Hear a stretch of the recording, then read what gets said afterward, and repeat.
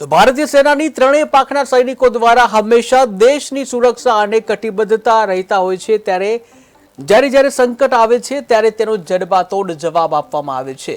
ત્યારે પહેલગામમાં આતંકવાદી હુમલા બાદ પાકિસ્તાન સામે જવાબી કાર્યવાહી કરી જે કૌતુક બતાવ્યું તેને બિરદાવવા ધનસુરા નગરવાસીઓએ નગરમાં તિરંગા યાત્રા કાઢી।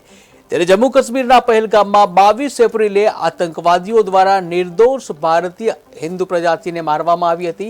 જાતિ પૂછીને નિર્મમ હત્યા કરવામાં આવી અને ત્યારબાદ તેમની જવાબવાહી કાર્યવાહીમાં ભારત દેશની ત્રણેય પાંખોએ જોરદાર કામગીરી કરી અને 9 આતંકી અડ્ડાઓ ધ્વસ્ત કર્યા। તેમજ પાકિસ્તાનમાં ઘૂસી એરબેઝ સહિત અનેક સ્થાનોને તબાહી કરી।